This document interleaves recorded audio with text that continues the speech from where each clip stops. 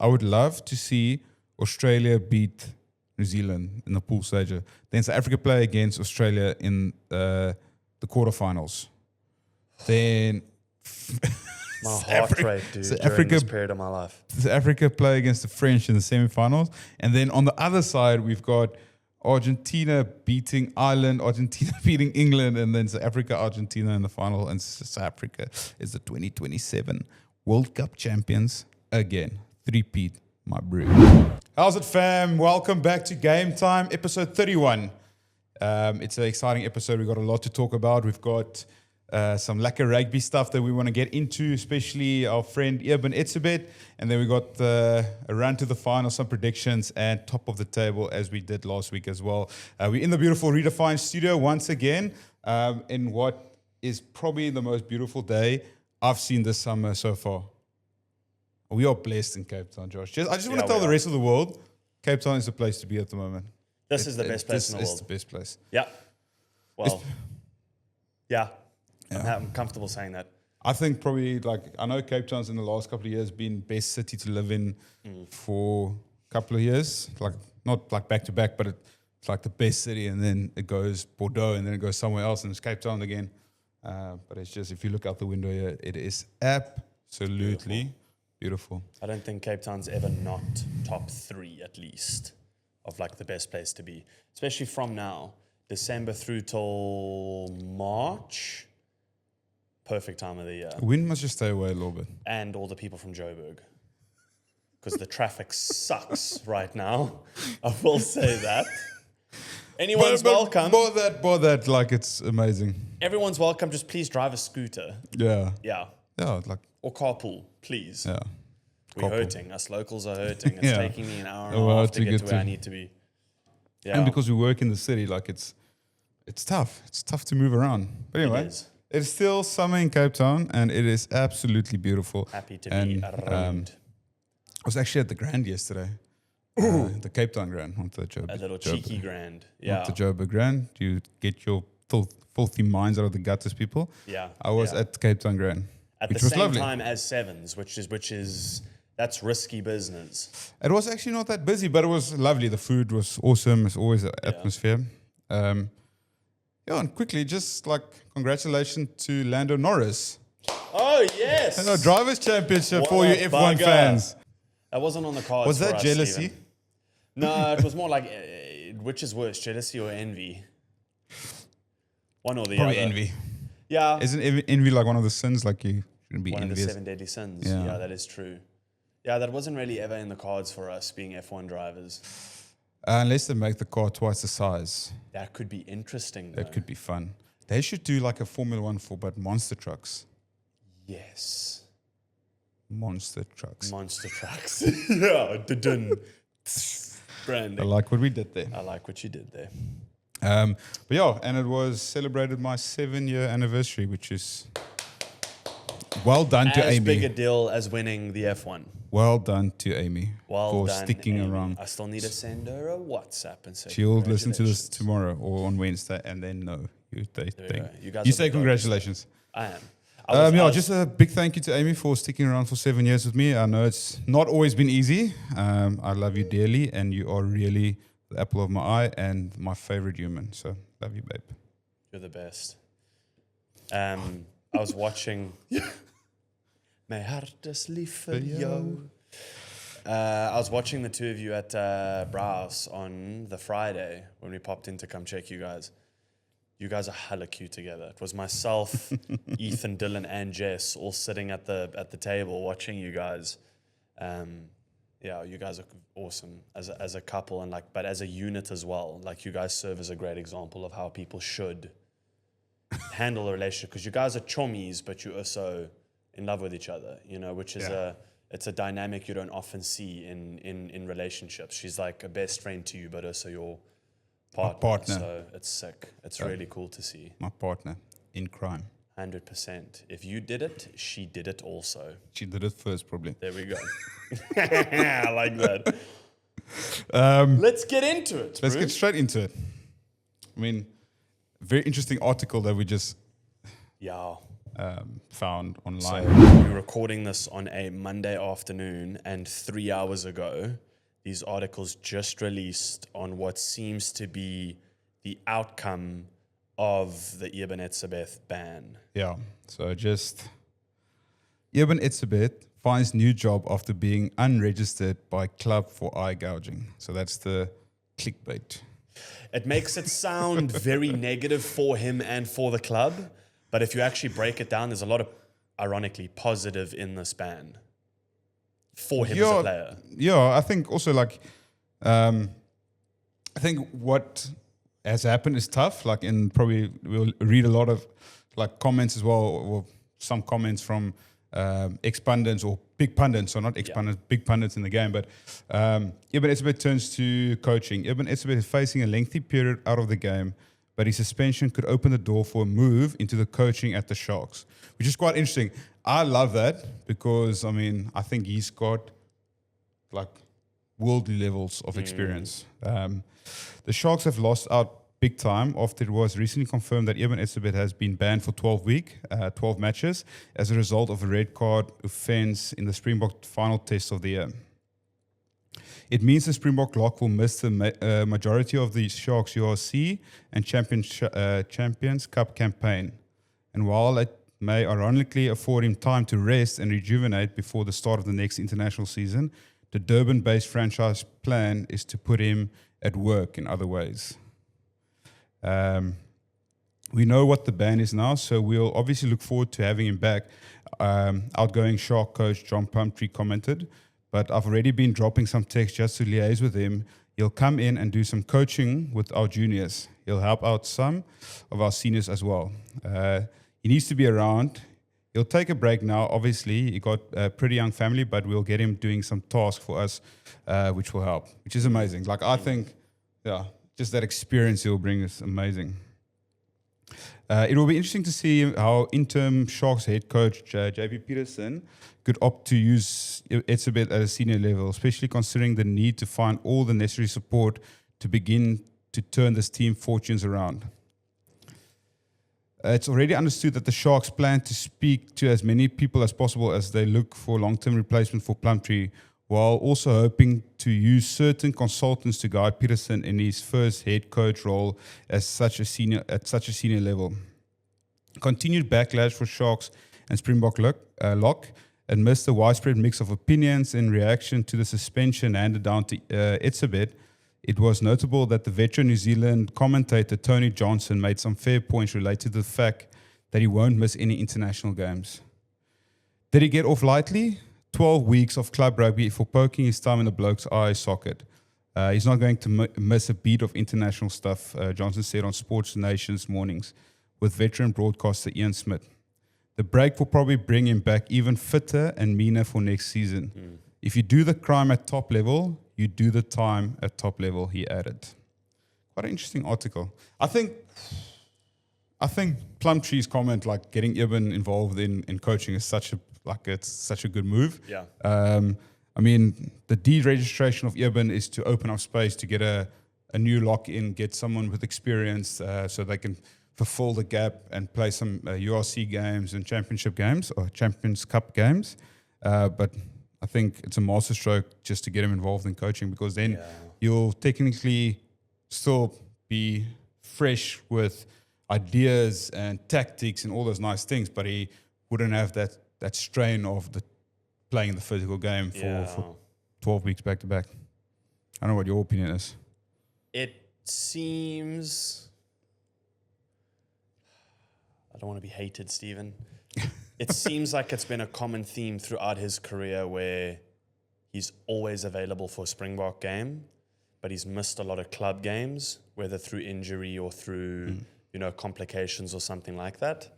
I think the comment of do the crime, do the time at the same level's a very fair comment, to be honest. I understand where people are coming from with that. I'm also trying to put myself in someone else's shoes if I was looking in on the Springboks.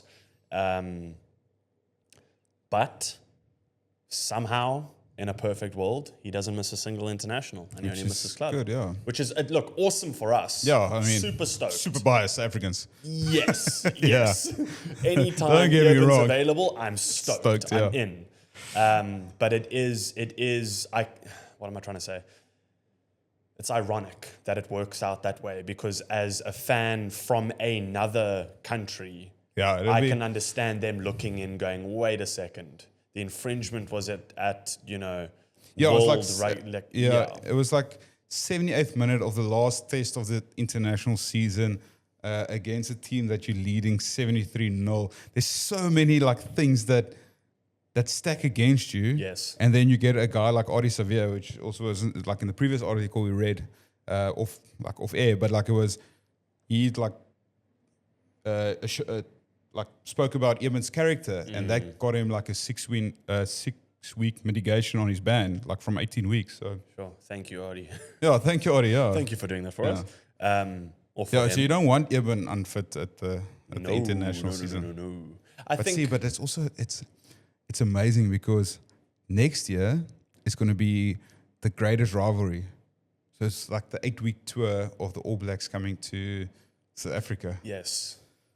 So Adi could have gone like, no, Eben is a fucking dickhead. True, he could have done that. Yeah. But Adi's also just such a G. Yeah. I'm a very big fan of him. And I think like Despite the the New many Zealand, times I said his surname incorrectly. Sorry about that. Please don't hate me. yeah. Sorry. Please come on our show. Yeah, please. We love you. Yeah. We'll wear your merch as well.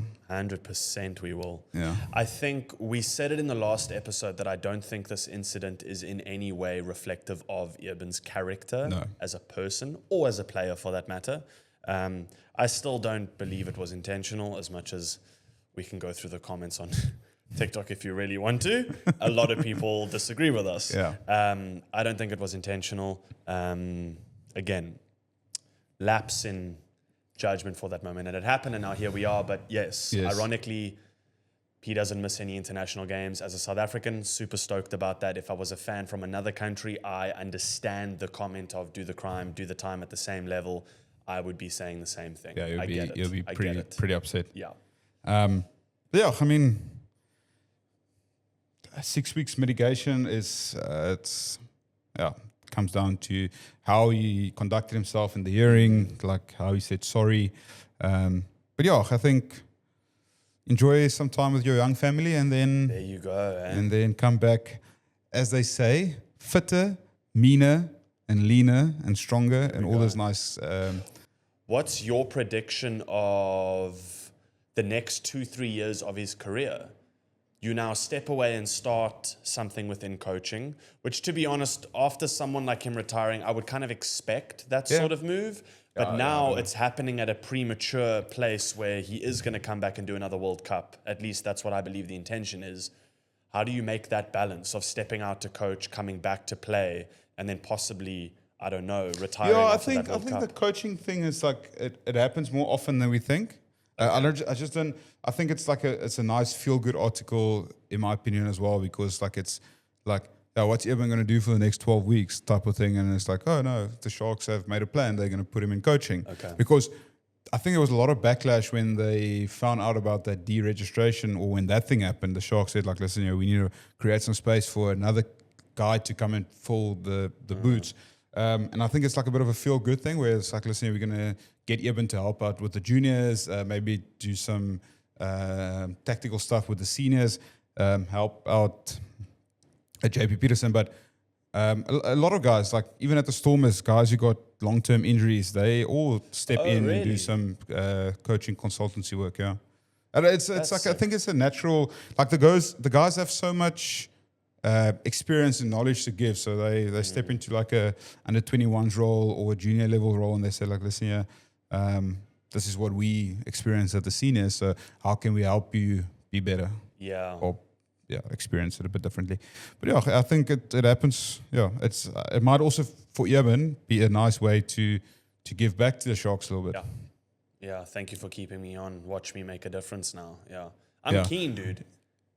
I would be so not surprised. I'd be like, if this team turns around from having a beating, and then like first week in they go and beat like the Bulls and Loftus or something. Yeah, imagine. Yeah. That'd be sick. Yeah. Let's get into some Champions Cup results. Let's do. Yeah, that's a great segue into like, Eben, please turn the Sharks around.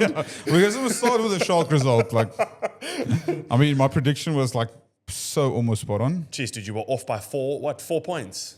Yeah, Yeah, give or take. give or take. 1956 to lose for the win. Yeah. To lose for the to win. To Yeah. win, yeah. I mean, like, it's tough. It's tough to be a Shark supporter at the moment, I think, for anyone. I think with the, like, not lacking form, but like struggling to win big games or struggling to create opportunities for himself, it's tough. Yeah. I think they've got like all the stars. Sorry. That was Aimee. They got all the stars in the world, but just doesn't Yeah. Doesn't win for, games. for this game, they, out of what I read up on to try and understand the background of the team selection for the game, especially after your prediction, I was like, wait, let me actually read about this and kind of see. The only, let's say, senior player was Mpimpi. Everyone else was not unexperienced or inexperienced, sorry, but like early on in their careers, Yeah. the younger guys. So it was a very young Sharks, squad. yeah. But still, it's a beating of a score. Yeah. Yeah. It is tough. It's Which- tough anytime. It's tough any game to take 50 points. I Yeah. think it's Dude, what we're seeing, it's rough. What we're seeing happen to them right now. yeah. All the experience, We- all the finance and the funding in that Yeah. team. They've got like Backing. so many like high level players, and it's It'll be- just not yeah. clicking. Yeah. It'd be good to see like a guy like Sia back in the squad, bring a bit of leadership. Yeah, it's tough. It's tough to see. Yeah, let's move on. In happier news, yeah. No, it's still in sadder news. Oh, we're staying in sad. Yeah, Okay. staying sad. Real in on happy. This is my prediction was wrong on this one. I said I thought the Bulls are going to win, but Bordeaux came and just like almost ran away with it a little bit in the end. I think Bulls played up until what was it, 60 minutes they were leading. Yeah. Back and forth. There was a bit of a ding dong game, but it just shows the true class that Bordeaux has. Like I mean, they showed why they were Investec Champions Cup champions the previous year, and like well done. Like it's tough. It's tough to go win at Loftus, in my opinion. 100%. Yeah, So many it's players well speak done. on the atmosphere of that stadium being massively intimidating. Yeah. And that sort of loss, where I felt like the Bulls were maintaining really well into the 60s of minutes, reminds me of, was it the last URC final where we were going, the Bulls have this. They Yeah. can run away with this final. Against And Glasgow. those last 20 minutes Glasgow is came what back, just yeah. slipped away from them. And it felt similar to that sort of, Yeah. not style, but that sort of outcome of Yeah. like, oh, the Bulls have got this. Yeah, It's they ran at like- Loftus. They're a strong team right now. Their previous games are great results. Let's go, boys. Yeah. And then from that 60 minutes, it just slips out their hands. Almost it feels like they sometimes lose a bit of shape and a bit of zip in their game. Yeah. What do you think is, what is my question trying to be? What do you think they should change to mitigate that? Like, I mean, it's not like you can't get them fitter. Like you can't make Yeah, them train true. harder. It's like similar to what we said earlier with the Stormers, like how they carry on winning at the moment. It's like sometimes it's just like the team just starts to click. Like if it almost feels like even last weekend there was that little Villy pass that didn't stick, and then the guy went to go score from it, the Yes. Lions player. This week as well, it's like little things that a pass from Andre to Villy where it's like a clear line break under the post, try time, just doesn't stick. And then you see these moments, you're like, it's just like they're just like off the beat by like yeah. a smidge. Like it was, Yeah. it could have easily like a couple of moments where the Wolves could have easily gone and scored, and they didn't. And I think that's like and they're just like similar to the Sharks. Like the Sharks are such a good team, but they're not firing on all cylinders. The Bulls are just like they just off it a little bit. Yeah. Hopefully they stay like that until they're done with the Stormers games, and then they can pick up all the Then momentum. you can beat as many different teams as you want. You can beat them by as far as you want to as There well. you go. And then the good results for the weekend is our Stormers undefeated so far against Bayonne, 26-17. Well done, boys. And this again was a winning result where at a point in the game, everyone was going, Stormers, can y'all pull this out the bag, please? Yeah. And they just like magically found it and just won it through in the end again. Want to ask you on Adre's red card. I don't know how necessary that was, I'll be honest with you. It's tough. Like it's so the referee gave it in the game. He gave it a 20-minute red card. Yeah. Which was fair, I think, because there wasn't force involved. But it's like foul play, like biting, spitting, eye gouging, stomping, or trampling, like stepping on someone. It's all considered foul play, so it warrants a red card because it becomes quite dangerous. So, I thought it was the intentionality of the act that would determine yellow or red. Sometimes. Okay. Because sometimes the guy, it's intentional or is it reckless? That's also the question. Because reckless is also seen as foul play. Yeah, then it does add up, I guess. Eh? Yeah. So how they would like judge it is like they would see is it foul play, like is it intentional, is it reckless? Doesn't meet the red card threshold, and if the referee says in his head he goes yes, then only afterwards when the citing commissioner starts looking at it, then they'll work out like how serious the offence is. But when it comes to that red card threshold, when it hits the red, it's automatic. It's similar to like an eye gouge or a biting incident or genital, like grabbing Oak's genitals. Like reprimand the action and then review and ask questions later.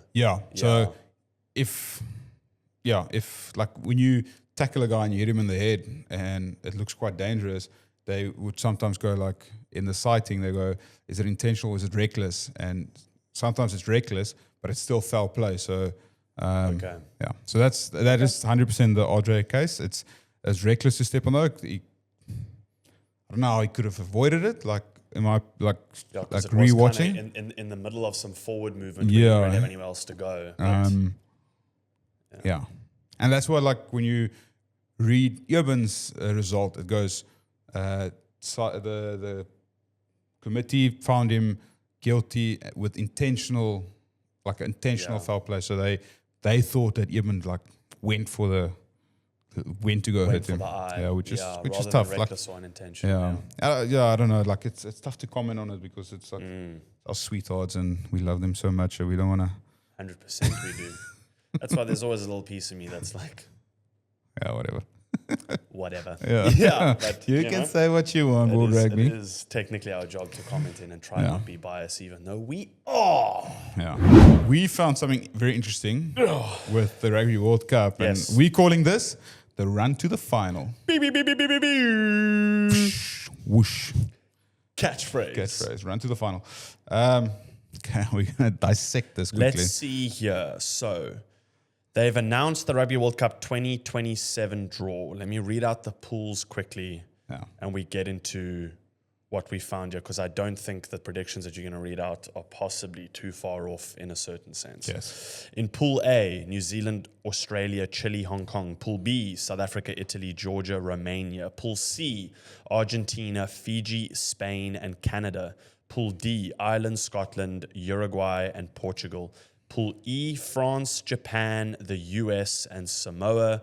Pool F, England, Wales, Tonga, and Zimbabwe. The team also dope that Zimbabwe's in there, I'll be honest. That's very cool. I think Zimbabwe's going to win Pool F. There you go. Yeah. I'm putting all my money on Zimbabwe. Let's go, boys. Just like off the bat, like Pool B, like South African's pool is like, it's tough games. Like playing against Georgia is like, these Oaks are physical. Yeah. So Italy can be dangerous. Romania, I think the Boks will beat them by like 50 plus points. But Georgia is like, even like this year when we play Georgia, like they hurt. Like it hurts the guys. So I think it's a tough pool. I think Australia, New Zealand. Like, I mean, with that opening game of the World Cup, possibly is like being that game. This could be, or it is 100% that game. Australia playing the opening game, so they're probably playing New Zealand, and that's going to be But I mean, big. if anything, that is the best time to play New Zealand in a group stage. I mean, we've seen it for South Africa, twice now. We've lost a game in the pool stages. Yeah, we'll probably not lose a game in our pool stage. But see, that's why I'm asking a lot of questions. That's what makes me like, so you, I don't know, I could be speaking out of my arse here, but you face New Zealand in a group stage. Let's say you lose. It's New Zealand, right? If I had to put my prediction in now, I'd say New Zealand's going to beat Australia in that group stage. Possibly, yeah. Yeah, but that doesn't stop you in terms of ranking and carrying on further through the World Cup. And it splits you into two completely separate sides of the pool runnings later. Yeah, so where's that other photo? All of our very difficult games in terms of like Rugby World Cup ranking all happen outside of group stages. Do you see what I'm saying? Yeah. So we could, best third. So we could, if New Zealand possibly lose against Australia, we can play I think maybe in the semi-final against them or quarter-final against them. Sorry. Yes. There's a chance that... If Australia beat New Zealand, we'll play them in the quarterfinals. If Australia beat New Zealand, we will play Australia in the quarterfinals. In the quarterfinals. Yes. Yeah. Which, not an easy game. No, you're playing against the home nation in the quarterfinal. Then you've got good point, you're playing on their territory. Then your semi-final, we'd end up with what? New Zealand or Ireland? France, possibly. France. Like, come on.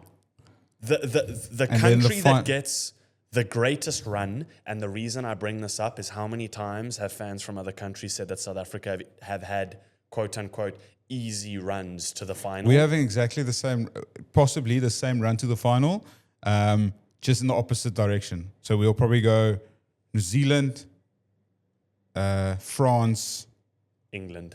I think it's going to be England in the final, dude. Yeah. Because if you look at England's run to get there, yeah, granted, like, you know, you don't want to write any teams off, but they've got a much easier go at it. Yeah, so they'll play possibly Australia in the quarterfinals, and then they've got Ireland in the semis. Shit, I might have to take that back. That's not an easy run. No. Ireland has got Argentina possibly in the quarters, and then they got the English in the semis. So Ireland could possibly end up in the final, but I don't know. How France, do you feel about a Argentina-Ireland game? I think Argentina are going to play well this World Cup. Yeah, they've got a damn good chance of making it to the final. Yeah, so Argentina, as well. So I would love to see this. I would love to see Australia beat New Zealand in the pool stage. Then South Africa play against Australia in the quarterfinals. Then my heart rate, dude, during this period of my life. South Africa play against the French in the semifinals. And then on the other side, we've got Argentina beating Ireland, Argentina beating England, and then South Africa, Argentina in the final. And South Africa is the 2027 World Cup champions again. 3-peat, my bro. I think we have a very good chance of winning this World Cup. I think we've got a very tough road to the final. But it's a tough road. It's a grondpad, my bro. Dude, you make such a good point. Playing Australia in the quarterfinal on home ground is terrible. Yeah, it will be horrible. That's terrible. No, I would prefer to play against New Zealand, yeah. I don't know. See, that's tough. Yeah, it's tough. It's like it would be similar to what Ireland went through in the previous World Cup. Getting a... What, they got France? Yeah, getting New Zealand after they've played Australia, then they had Chile, then they had Hong Kong. I mean... Like, they'll probably give Hong Kong like 150 points, in my opinion. Yeah, true. Chile, they'll also beat by like 80 points. Then the South Africans are playing Italy and Georgia Well, is it a thing? Our round of 16 would be very easy. We'll probably play against Spain or someone. Okay, that's chill. Chilled, yeah. No disrespect to Spain, but I mean, they're good at other things.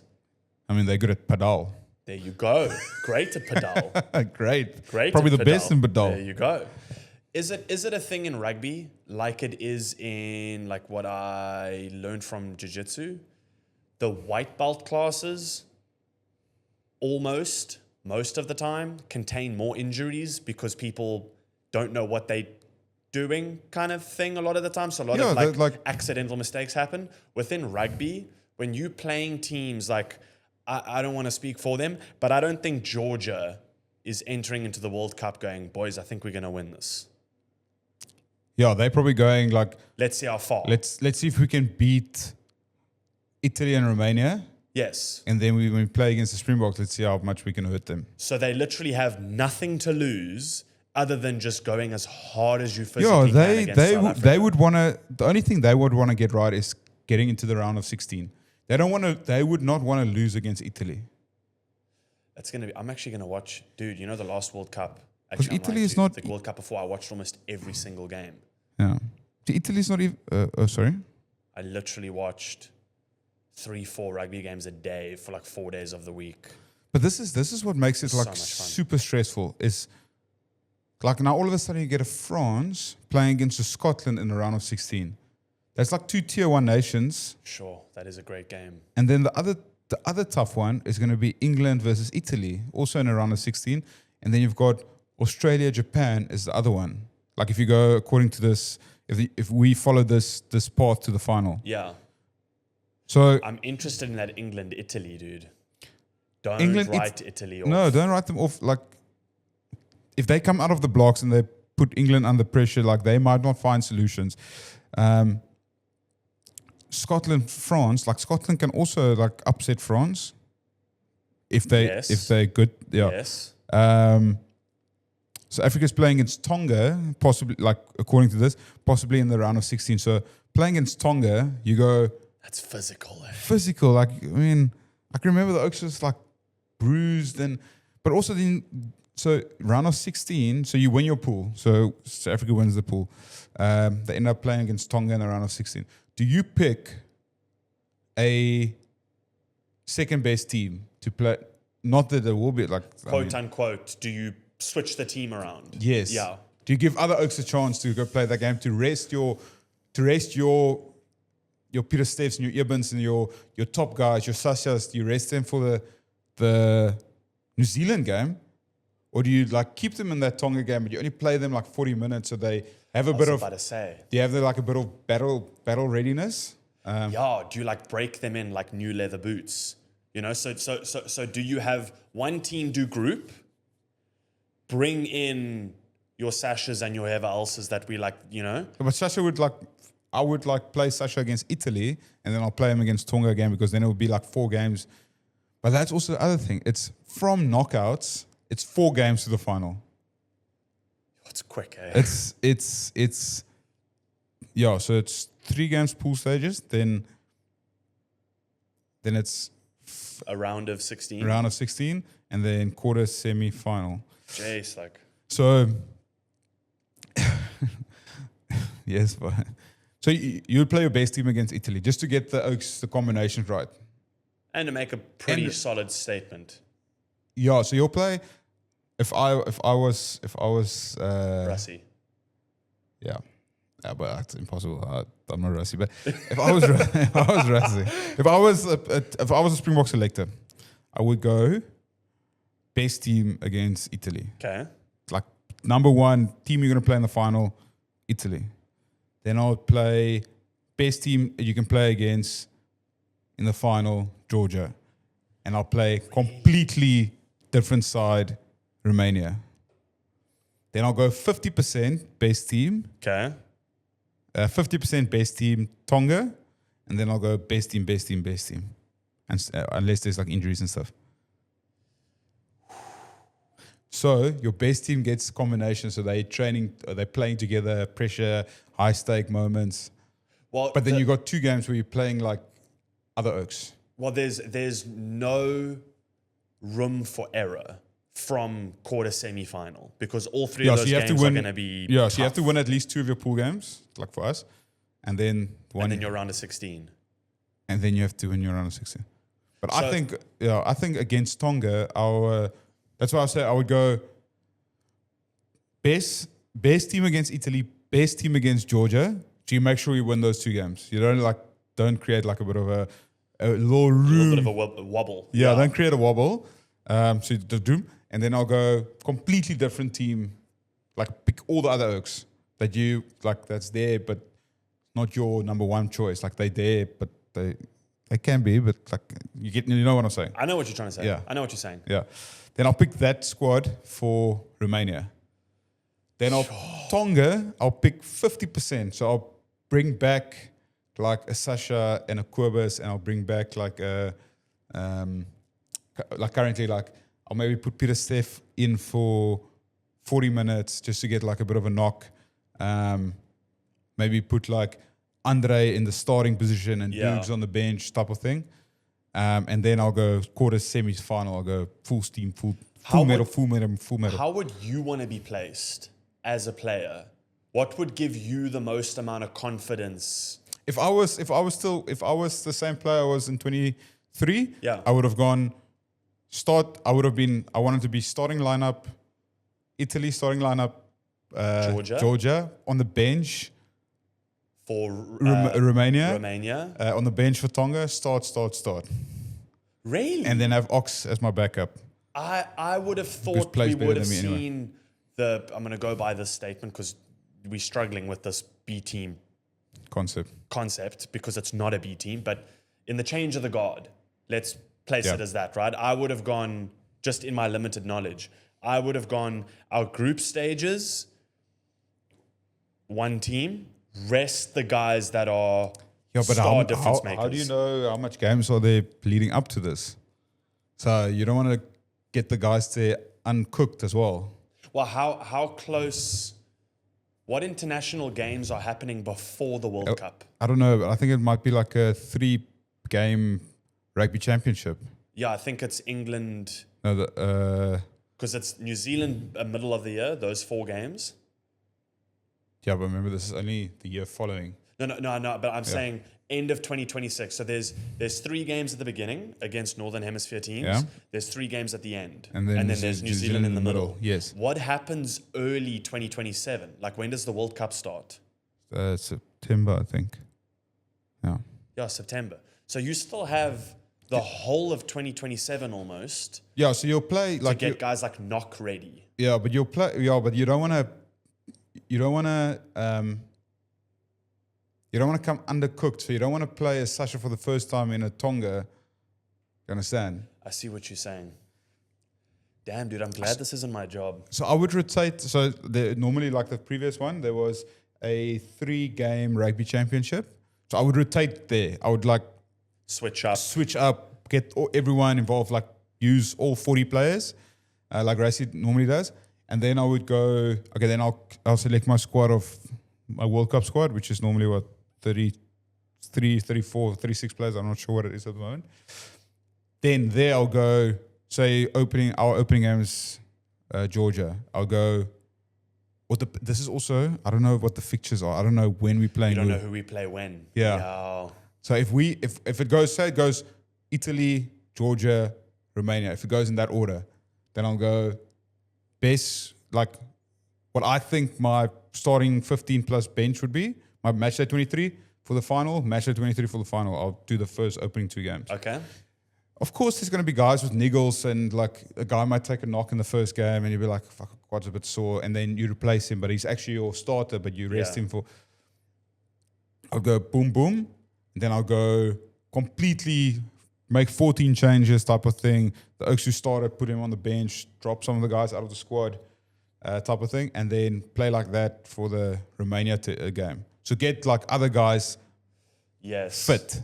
Like play like a scrum maul type of thing, like make the Oaks work. Like a pressure atmosphere fit as well. Yeah, like a practice. Then I might be giving Rassie secrets away. Yeah, Dude, I think you're nailing this on the head. yeah, and then I'll go Tonga. I'll put like 50% in. So maybe start with Marnie and put Sasha on the bench type of thing, because Marnie or Sasha might start in the quarterfinals and Marnie will be on the bench, or Paula will be on the bench, or you go or you pick Paula to start and you put Sasha on the bench, type of thing, and you pick Sia as captain, but you put Peter Steph on the bench. You put Peter Steph on and Sia on, like you split. Switch them up you like split that. like half the group out of there. Like you either put them on the bench or out of the group, and then from there now you've got a fit group. Everyone's been playing, and then you pick your best 23 from there. And send them through till the end. Yeah, and then you pick your best 23 that you think can go all the way. Pick your best 23, which would be like your strongest team. Of course, there's going to be a niggle or two then, but at least that guy, he played 2 weekends in a row previously, and so he is battle ready. Yeah. So get an injury, missed out a week, and then he's ready to play again, type of thing. Dude. So you manage it. I think you manage it that way. My heart rate for these 3 months. It's going to be tough. Yes, it stresses me out, dude. I think like we'll cruise not cruise, but we'll fly through the Group and 16. Yeah, the pool stage. 16. I don't think we'll fly, but I think we'll get through, and then it's New Zealand or Australia. Then it's a tough game. Yo, dude. Okay. I'm trying to think who I think is going to be performing better between New Zealand and Australia by the time the next World Cup rolls around. New Zealand are going to get so much experience against us with those 4 games next year. Yeah, but us as well. True, but we've got a depth that I don't think they have. No. So they're going to get experience with 4 possible rotations of players. Do you reckon that was like a masterclass move 100%. from them? I think so. Like conspiracy theory, and you go like, New Zealand is like, what's the best chance we're going to win the Rugby World Cup? And I go, play 4 games against the Boks the year prior.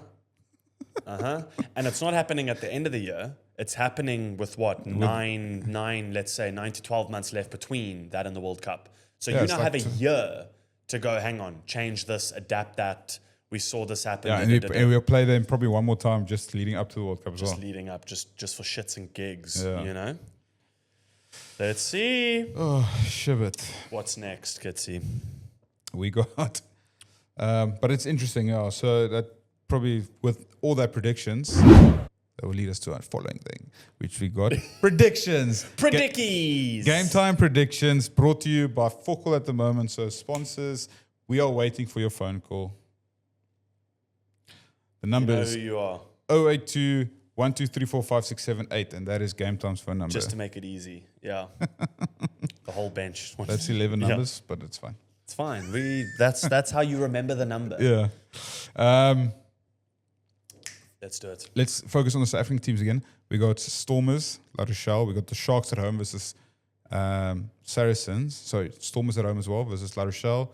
Sharks versus Saracens at home. And then we got the Bulls away against Northampton Saints.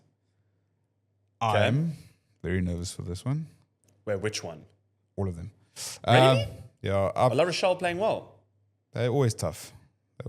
Even when it's at home for us. They're always tough. Like, Bordeaux just beat the Bulls. Come on. True.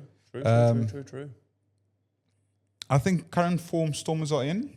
I think the Stormers will win. I don't think it's going to be easy. Yeah. I think 6 points difference. And if we think about the previous time we played them at DHL Stadium, I think both pool games was won by a kick in the last minute. Marnie slotting Damn. I think so. Fact check, but it's the one definitely we won with a kick from the corner to win the game, and I think the other one we might have lost and we had a kick to win. We lost off the kick. I was at that game. You remember that? Yes. So that was against the poles when the kick was coming at us. That was La Rochelle. Yes, the wind was still really bad that day as well. Yeah. I remember that. Damn, I was bleak that day. Yeah. A lot of shit went down after that game. Yeah, so I think Stormers, full strength Stormers, Cape Town, big game, Stormers by 6 points. Shit, I was going to say by a try. Yeah, Stormers by 6 points. I'll stick with you on similar to that. I'll say by a try. Yeah. And I don't think it's going to be a high-scoring game. I think it's going to be like... What, like a 14-19 type vibe? Yeah, I think it's 15-21 type of thing. Yeah. I'm with you on that. Yeah, because it's like the Stormers... The thing I like about the Stormers at the moment is they're not scared to kick 3 points. So they take the points at offer and then they back their defense. Because if you look at the results of the weekend, Stormers Bayonne, Stormers won 26-17, low scoring game, like in comparison. But they also kept the opposition low. Bulls scored 33 points, but the Bordeaux scored 46. Yeah. It was like defense was optional for these Oaks. And Yeah, then they were same with like, Toulouse. go score a try, and then we're just going to work really hard to do the same. Yeah. And then they just did it twice more. Yes, exactly, yeah. And then same, Sharks, like just defense is optional. So, what I'm excited for, the Stormers are coming off of an incredible away run. Yeah. 5 out of 5. One, from a fan perspective, I'm very excited to see that stadium when the boys are back playing this game. I think that's going to rev them quite a bit. Yeah. I think that's going to give them some magic juice in the feet to want to do some lekker cross kicking, some stepping, some nice little Cape Town flashy ruggers that I like to see. So I think we're going to see some of that. And always like, I mean, the last 3 years or 4 years since the URC kicked off, 3 years. Yeah. It's like rugby in December has been like such a treat in Cape Town. It's the best, dude.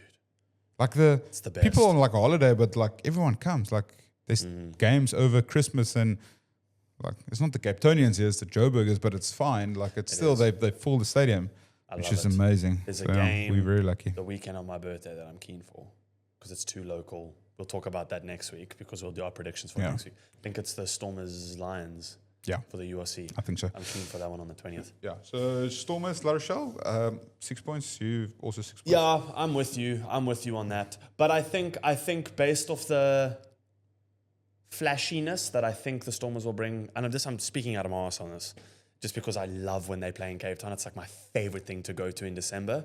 I think it'll be a slightly higher scoring, I think, for both teams. Okay. For both teams, yeah. It's okay, cool. Yeah, I think So both usually teams, like in the 30s. Yeah, low and high 20s. I think we'll sit around there. Yeah, like 3 tries for them, 4 for us with a conversion maybe, that type vibe. Yeah, Okay. yeah. Cool. Well done. We got the Sharks Saracens in Durban. At the I don't know the current form the Saracens are in, so like I'm not too clued up with that at the moment. Like I don't follow the Prem as much, but Sharks form, Plumtree not there anymore. JP Peterson, standing head coach could be a factor. It could either divide the team in the way that if things get tough, they almost default to that panic mode. Like, listen, we're just not good enough anymore. Or there could be a spark reunited. So it's a tough call for me. I truly do hope that the Sharks win. And we see a Stormers and Sharks victory over the weekend. I'm gonna say Sharks by 3. Sharks by 3. I'm going to say Sharks by 5.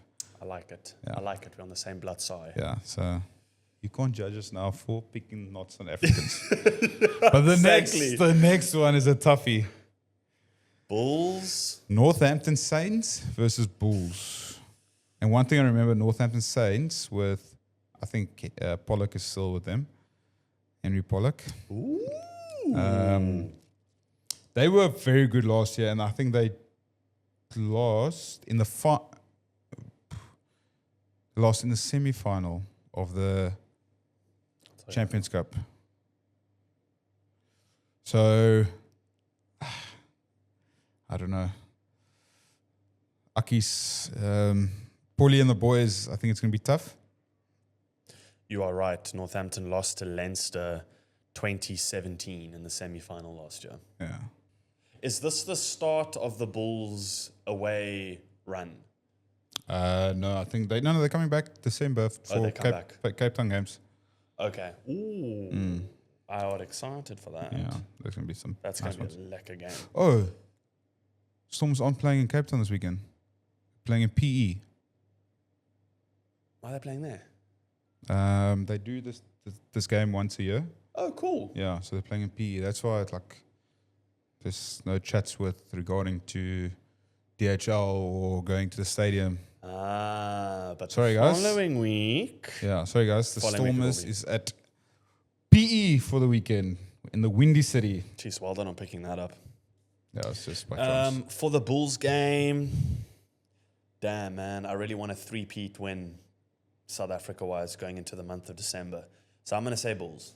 And you're going to back South Africa. Again, could be speaking out of my ass, but I'm going to back Bulls for 1 this. point. Flipping half a point. As long as they walk away with it. Yeah. Let's say Bulls. I'll be super stoked if they do. Like I would be like super happy. If the Stormers get a win, the Sharks get a win, and the Bulls get a win.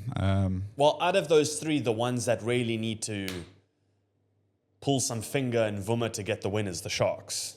Yes. Yeah. Yeah. So I think if we see a Stormer Sharks win, come on, Bulls. Come on, Bulls. Come on, boys. Come on, boys. That is our prediction. So we got the Stormers by 6, the Sharks by I said 3, you said 5. 5 and 3 and 5. And then we've got the Northampton Saints by 18, and we got the Bulls by half a point. There you By go. a hair. I almost said B hair, but it's a hair. I'll leave it to a last minute conversion or a last minute little try. And I'll For- eat my for words. Bulls win. I'll eat my shoe if I'm wrong on this one.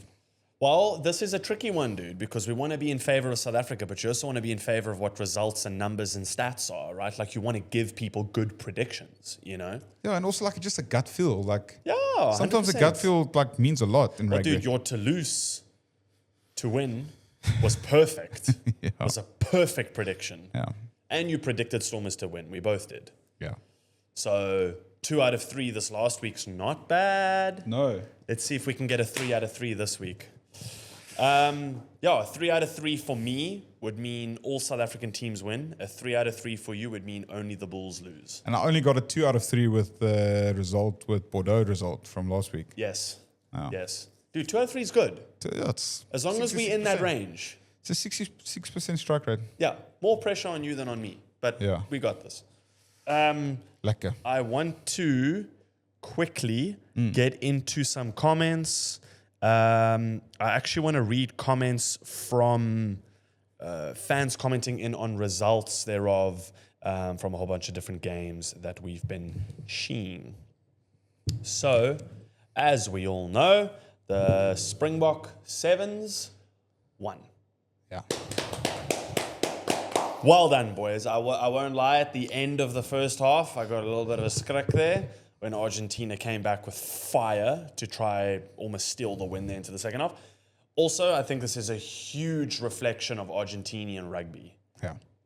Like Very good. Argentina as a country, in terms of standing for the sports of rugby, they are doing a phenomenal job. And that's why I think at the next World Cup, they're going to be dangerous. Yeah. You know what's amazing about Argentinian, like especially international rugby, is they don't really have a club system. Like they don't have a professional league within Argentina. Like a lot of their players play either in Italy or in France or in the Premiership. So it's amazing how these Oaks like pull together like for 6 months of the year and then just play like ridiculous rugby. Yeah. And same with the Sevens. Like I can't think that they have got a established seven system. Like I just think the Oaks just pull together, come from different areas of the world, and they go like, let's go make magic happen. And they do. And they do. And they do. So yeah, It was very good. so well done. Well done to them. Well done done. to them as a fighting nation to try and make Argentina rugby one of the best in the world. 100%. So Some comments. Aces, well done, boys. What a turnaround performance after Dubai. Written in the stars. Yes, boys. Great composure shown in the final made us proud. That's actually a very, very fair comment. After the first half started slipping away, the composure was on point. Phenomenal performance, gents. Last play was a clear penalty, hands on the floor in the ruck. From Federico. Federico doesn't feel the same as we do. SA is the best rugby nation. Hakuna Matata, Blitzbok bomb. The boys made us proud. Congratulations, South Africa. Congratulations, boys. Awesome to be there. Was great to see the stadium that full on a Sunday in that wind. Yeah. That wind was mad. Get into some, let's touch some Stormers comments. Mooi Paul de Villiers. Yeah, he's Toekoms lyk goed. Yes. I got my right there. This guy's work rate is immense. Paul de Villiers is the new Bok fetcher, World Cup bound, absolute workhorse. Another Kwagga Smith in the making. This guy is fire. Thank God for giving us another Brannis. Yeah, it's super. Cool comments. Yeah, Yeah. But he's been playing like exceptional rugby. From John Dobson, these have all been tough places we have played, and they have all been good experiences, but we can't wait to play in front of our people. It's a John Dobson poster. Yeah. Stoked for that. In closing on comments, I want to touch into our own comments because I thought this would be flippin' funny to read these out. So this is off the GameTime TikTok. Is this what people say about us? Yeah. Some of them are fun. Some of them, like, they do ruin my day, I'll be honest. Do you want to... Yeah, keep bringing them. Keep reading them? Okay. So we had a clip put out speaking into the potential 4-year ban against Eben Etzebeth. It performed very well on TikTok, so thank you to everyone for your comments and for your interactions. Positive or negative, thank you for commenting and being involved in the GameTime All about fandom. interactions. There we go. Obviously, all of these comments are in light of what people think of Eben, not directly of you and I, so it's easier for me to read out loud. 12 to 18 weeks is what he will probably get. Reckless, please. It was definitely intentional. Intentional, at least a year ban. He did it deliberately, though. He was provoked, and then he went for revenge. It's amazing how quickly World Rugby gives South Africa max on and off the field. Just in the clip leading up to his retaliation, 2 players infringed dangerous and recklessly, yet there was almost zero in the media or World Rugby about those 2 players specifically. It's 6 months easily. He will get between 18 to 24 weeks, and then we should stop talking about it. One mistake, in bracket, big one, but still a great player. Someone commented, make him play for Wales. Someone commented, this must be applied to all other countries as well then. And someone responded to that, no other country have players dirty enough to intentionally gouge someone's eye, but if they did, they'd get the same punishment. Surely the higher end is reserved for a high level of injury sustained and also poor record. What were some other things That's we very commented true, on? that last one. Let's get into our final segment. Yes. It's a new segment that we brought in last week, Top of the Table Talk, where every week we pick a topic where we feel we should do a ranking with this topic, where we break down our top 3 levels of such a topic. So this week's topic is Cape Town summer. Cape Town summer. What is the perfect summer's day in Cape Town? What do you have at number 3? It's tough. The perfect day probably for me would be like I did on Sunday, like the Grand, seeing the ocean, like having a couple of beers. I think that's my number 3 spot. Okay. I've got a little Durbanville Joel at number 3. Little Durbanville, Joel. Yeah. I don't do it often enough. That's a problem. No, we must go do one. And this is not including a braai with the family. Yeah. This is just like we drive to Durbanville, we go see friends at Henny's. From Henny's, you jump to Brauhaus. You maybe start with some beers at Olive Bistro or at Speakeasy or maybe even at the Spur with a burger for lunch. I love Spur. That kind of vibe, like you kind of bounce around Durbanville. Reason it's at number 3 is because you're not fully taking advantage of the summer element being Yes, the beach. Yeah, so the beach would be my number 3, to be honest, because like I've got 2 other options, which is I would prefer, but Sorry, I thought that was a camera. It was a light. Yeah. So like sitting at Caprice at lunchtime, sitting at Tiger's Milk or the Grand, or Okay. like enjoying the Cape Town, but with the water next to you. That'd be my number 3. But yours, Durbanville. Yeah. So your beaches Dude, are. I'm excited to see what your 2 and 1 is if beach is 3. Yeah. What do you have at 2? The 2 would be a day at DHL Stadium when the rugby's on. Yes. I agree with you. That's my number 2 as well. Okay. And we got a lot of them coming up, which is amazing. We do. Yeah. It's the best taking an Uber to town. Don't drink and drive. Uber into town. You phone. We never do this, but you phone ahead of time and you book a table maybe at the Hudson's or at the Tiger's Milk there, or at the Vasco's. Tricky to get a table, to get space, but you try. Maybe sometimes we do a little bit of a pre-game beza at Fireman's Arms. That's also lekker jol. Sometimes you walk the strip and you pull in at a few different places. See a couple mates here, a couple mates there. Do the game, come out from the game, and if you want things to be a little bit rowdy, you pull in at Randy's. Or at Village. Packed.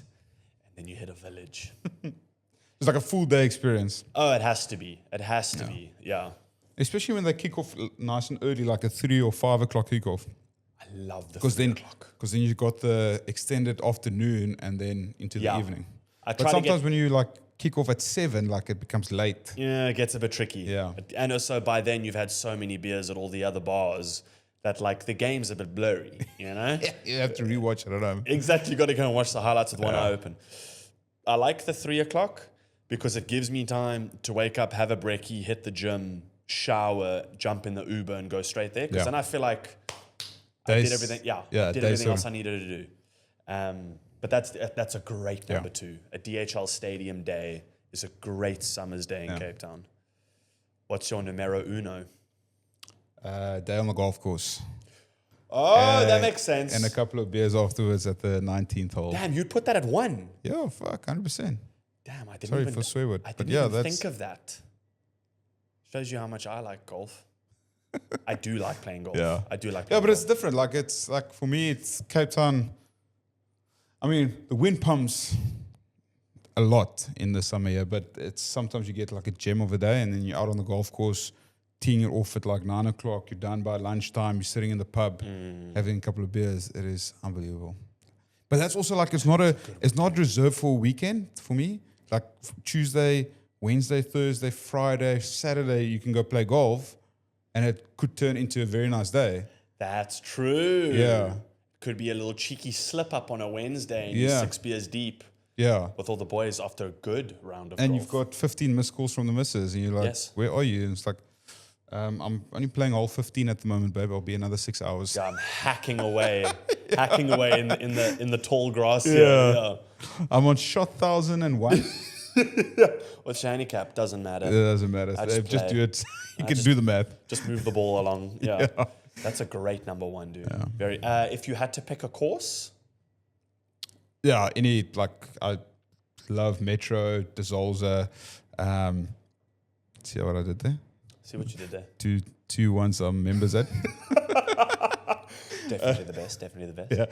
Yeah. No, but anyone, like, I really love De Zolza. Pearl Valley is like, in the summer, it gets steamy hot out there. So when you're done, you have a nice cold beer afterwards. It's one of the best feelings. Like Steenberg, Royal Cape, they're all amazing courses. So yeah, for me, even like playing Ronnebosch, like, which is like one of the I would say easier courses to play. It's unreal. So yeah, for me, it's just to get a 4-ball together, a day out on the golf course, have a couple of beers afterwards, get home, shower, chill. It is an awesome day for me. A perfect summer's day at number 1 would be wake up, hit the gym, jump in an Uber, because parking at somewhere like Camps Bay is a shit show. Yeah. Uber to Camps Bay, spend like, not the whole day, but spend a nice amount of time on the beach, a good 3-4 hours. Oh, like physically on the beach.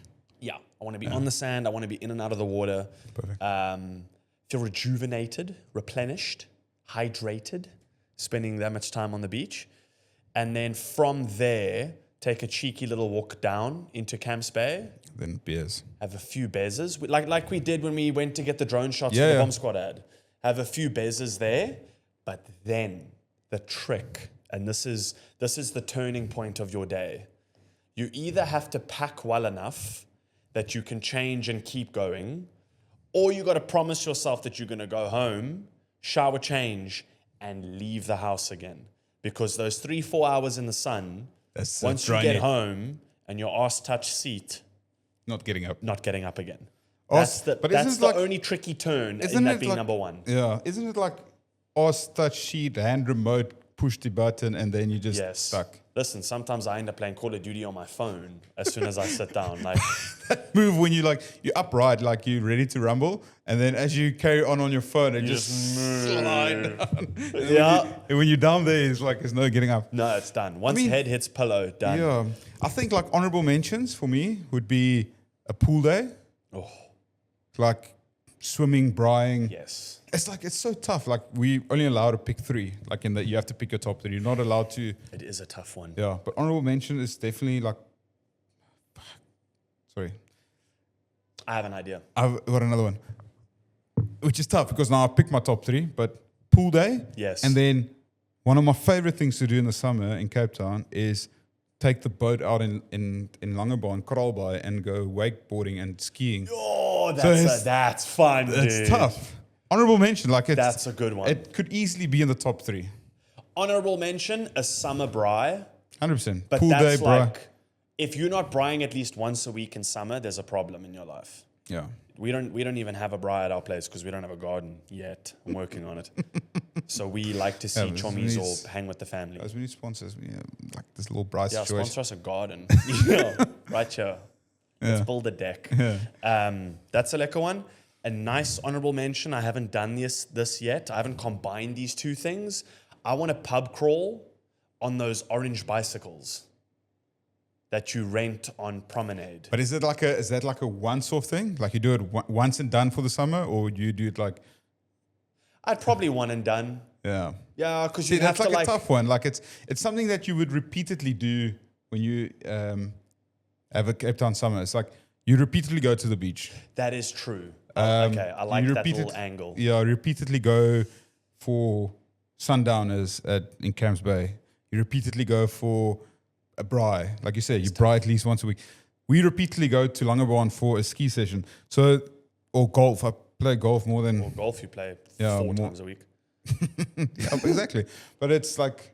I feel like that would be a fun thing to do and maybe to vlog and then... Yes. And then maybe get locked up because we're driving bicycles under the influence. That'd be brilliant. Funny.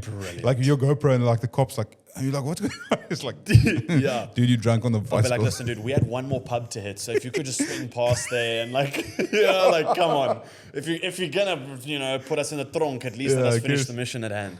Let me at least trunk from there. Exactly. My day one has to loop back. Yeah. So you got to do Camps Bay, do the Camps Bay beers, then you got to work your way back to town. And you got to go like, maybe you cheeky pull in at Rockpool, have a beer. Rockpool's always packed though. Then from Rockpool, make your way into town. Yeah, maybe you wait for into town and you do like the waterfront. Yeah, it is a day.